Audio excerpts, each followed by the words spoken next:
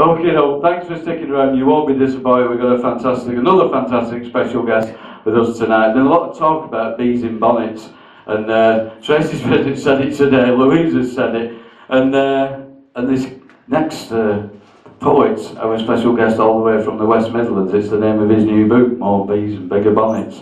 He's got several other books, and he's performed at Rebellion. A great poet. His heart is in socialism. That's why I wanted him to come and perform here. Please welcome. Big ball welcome to Steve Pottinger.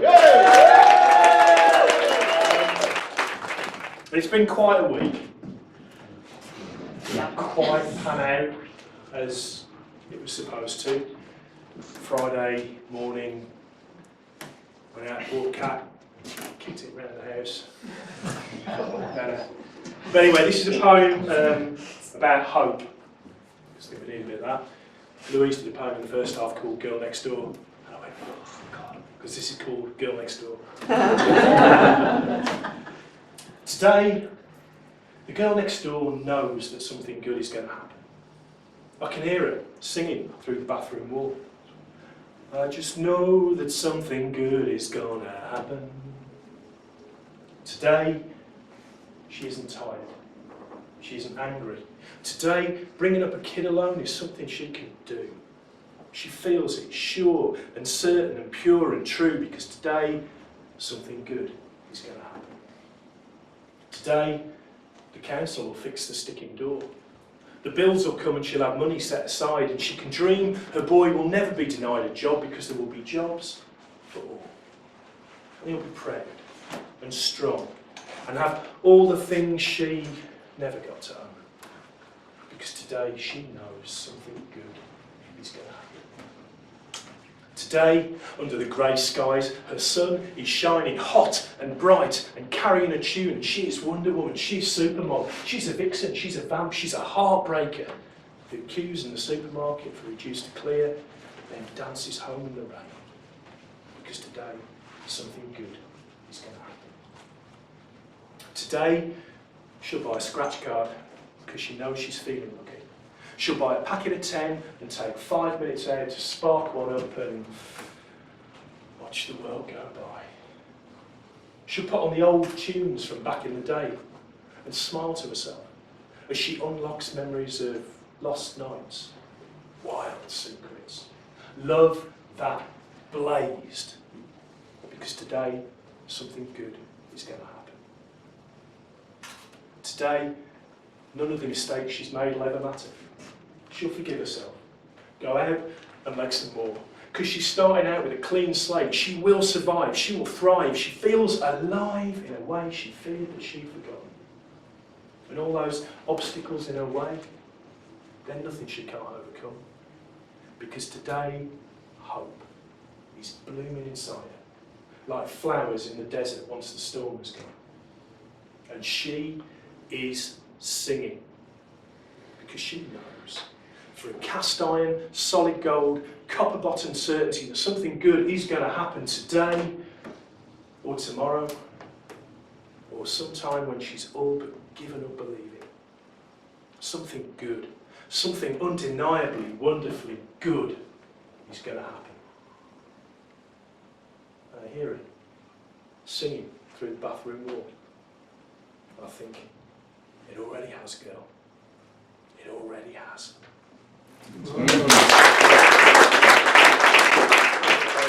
I'm from the West Mids, if you couldn't tell. And the thing about the West Midlands that comes up always is that apparently, of all the accents in the UK, the one that comes bottom of the list is the West Mids accent. It's supposed to be the most stupid, the least trustworthy, the ugliest accent there is. And we kind of take it on the chin, you know, it comes with the territory. And but I have just lived in London for 6 months, and I have to say, you've got to be kidding. Honest to God. Yeah, I mean, I didn't trust Poles before, but now. So yeah, that's the West Midlands. But earlier this year, it actually shot to global fame, courtesy of Fox News. And if you haven't heard of Fox News, it's a small, underfunded, liberal in the States. First point of call for balanced reporting on just about anything. But they did have one moment where it all went slightly pear-shaped, and they got their security experts on talking about the Islamisation of Europe. And he told everybody that there were places in Europe that were no-go areas for non-Muslims. And he picked specifically Birmingham, which was 100% Muslim, which came as a bit of a shock to me. Yeah, so I wrote in this poem. I mean, it's hard to imagine, really, a Murdoch-owned outlet spreading lies and misinformation and fear. I mean, thank God it could never happen over here. But so I wrote in this poem called Fox News Facts. Any of the words in this that you don't recognise or understand are either places in Birmingham or they're Arabic. Okay? As far as Fox News is concerned, those are one and the same thing. This is called Fox News Facts. Fox News got an expert in to tell him about terror. He said he had some beans to spill, and then he made this error. And if you ever need evidence his analysis is cracked, he told them Birmingham's gone Muslim. It's a Fox News fact.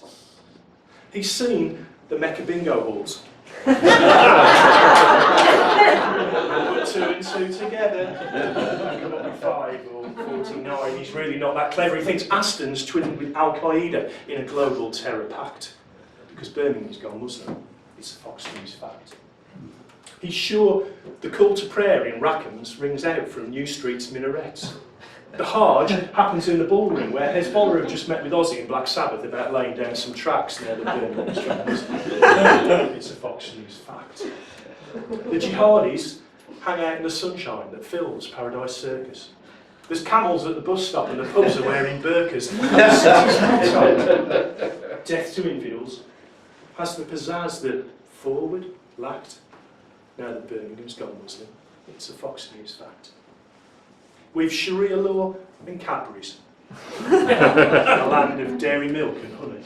And if today the weather's Shiite, then tomorrow will be Sunni. And the Blues are both best on the attack now that Birmingham's gone Muslim. It's a Fox News fact. The boats in Gas Street Basin, they're all learning the Quran. Chiltern Main Line runs from Moore Street to North Afghanistan. There's a fact about on pork scratchings and the priests have all been sacked. Now that Birmingham's gone Muslim. It's a Fox News fact. If the Queen visits, she must grow a beard. A man must be her minder. And she must walk 5 steps behind one of the Peaky Blinders. And it's nice to have her over. But it's great when she goes back. Because Birmingham's gone Muslim, it's a Fox News fact. Now, you may be thinking to yourselves, can this be so? Is Moseley full of mullahs and I didn't know? A caliphate of chips and peas? Can such a thing exist? Well, Fox News got an expert in. Would you really question this? Just sit back and gawp in horror at a world that's out of whack. As he tells you, Birmingham's gone Muslim, it's a Fox News fact. You see, Birmingham's gone Muslim, it's a Fox News fact. You know, Birmingham's gone Muslim, it's a Fox News, Fox News, Fox News, Fox News, Fox News, Fox News fact. Yeah.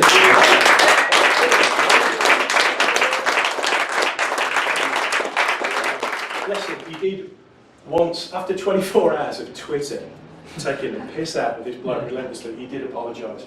And then he gave 500 quid to the Birmingham Kids Hospital. I think I was more insulted by that than I was by what he originally said. Anyway. I love the idea that this is called Live from Worktown, because where I grew up, I refer to it as Keytown.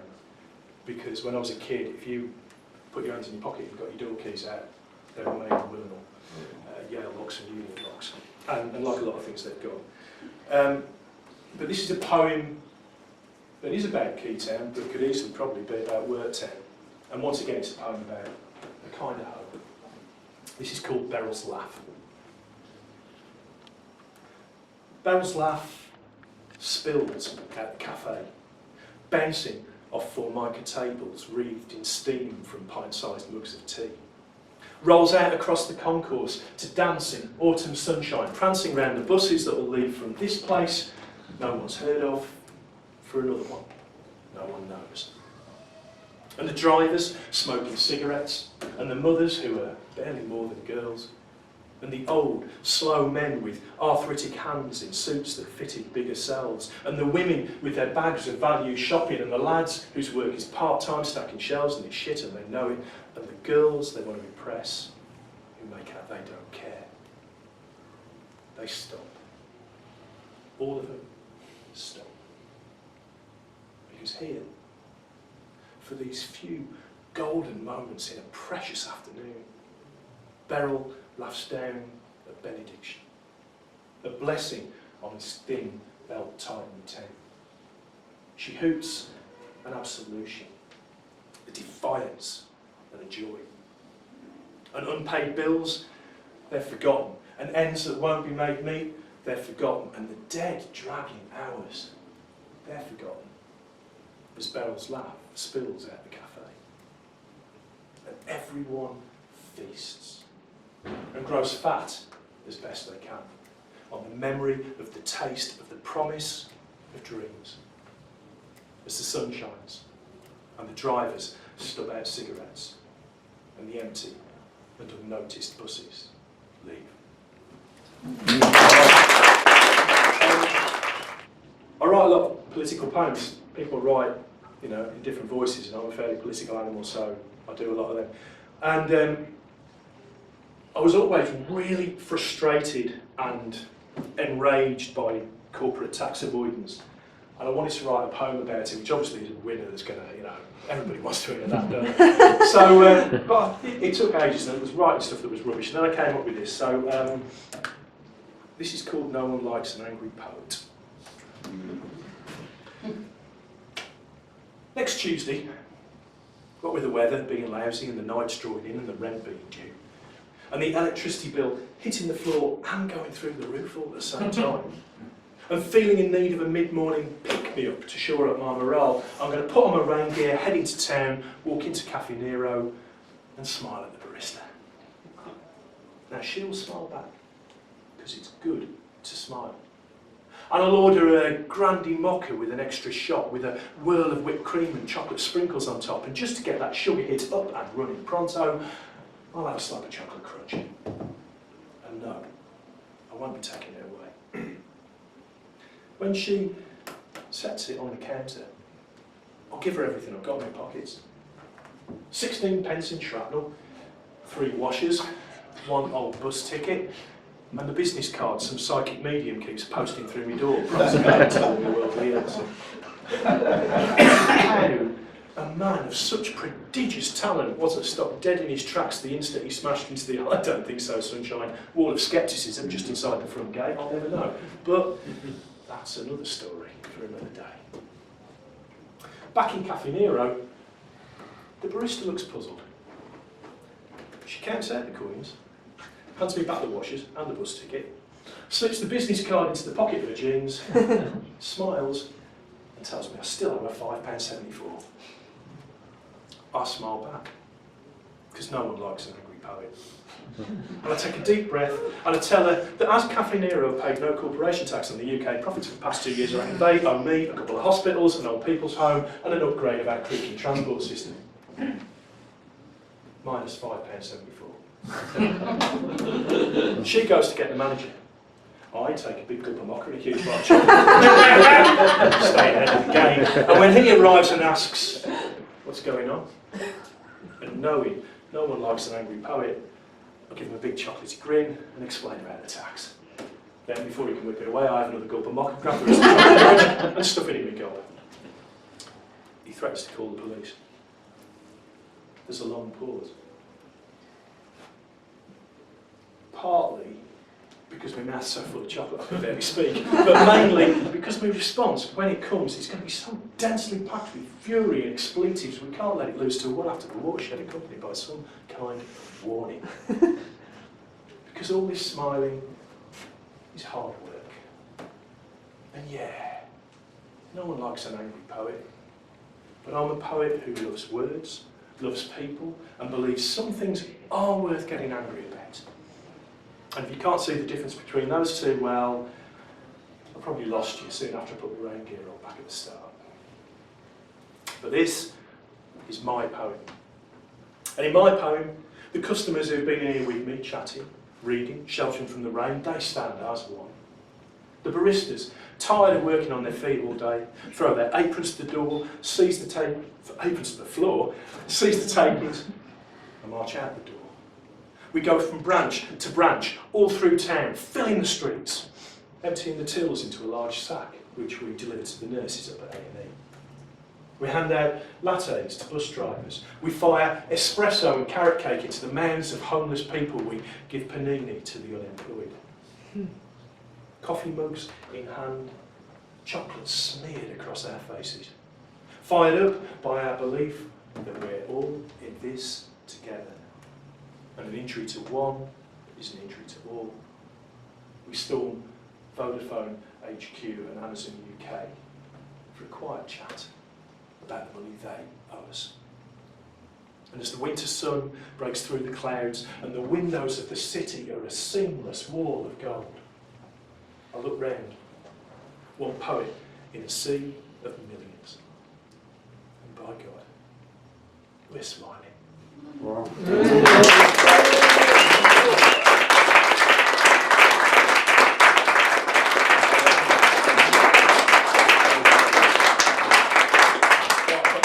2 more for you. One will be relatively short, the other one's quite a long one. So, the short one, I thought, being as voting's been so good in the last few days, we can have a little vote. You can have a comic poem or a slightly more serious poem.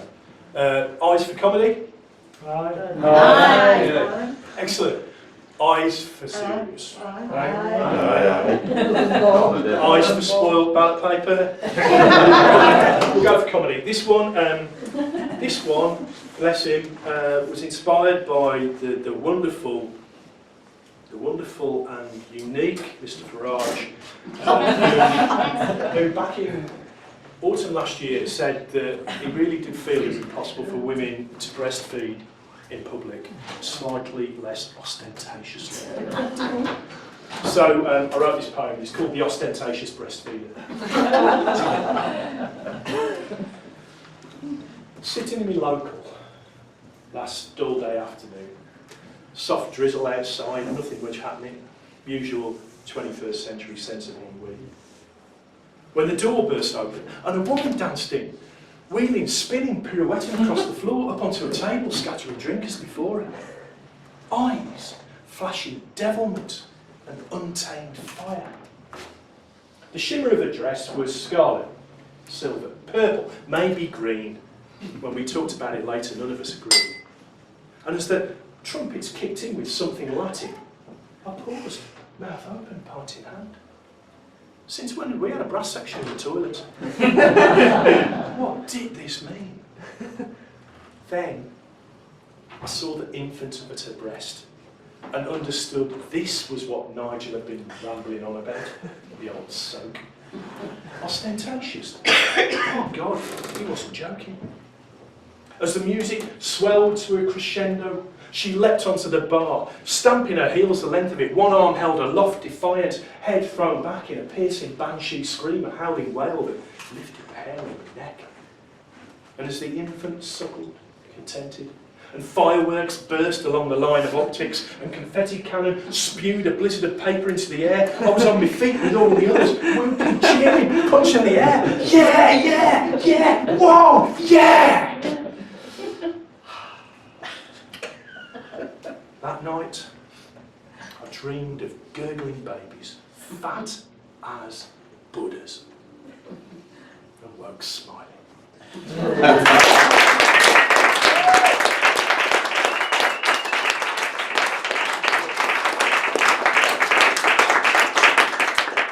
I'll leave you with this one.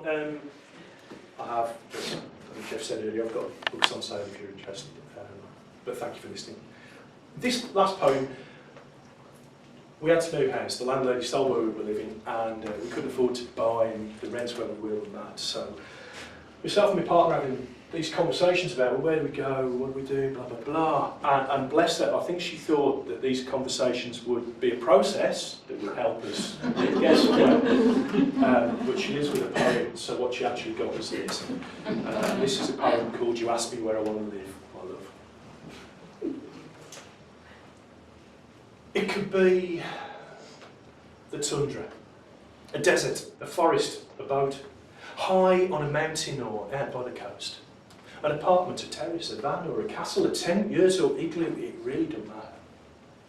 But it must be somewhere where commuters stop and stand on their way home to marvel at another sunset and breathe for the first time that day, making a mental note to phone in sick in the morning. Where the Daily Mail declares its compassion knows no borders, champions the rights of asylum seekers, elects a teenage single mum as editor, and proclaims the benefit system is the mark of a society not afraid to offer help to those in need.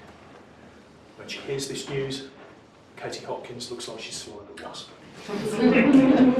Where politicians start speeches on British values by saying they spent yesterday watching the grace and beauty of swallows hunting over summer meadows, and they lost themselves in it for hours. And the speech never got written. And solid, it was worth it. And what is this nationalistic flag-waving bullshit anyway? And when we vote for them, they say, no thanks, rather be watching the swallows. And why don't we crack on with sorting things out ourselves? We're more than capable of doing it without them.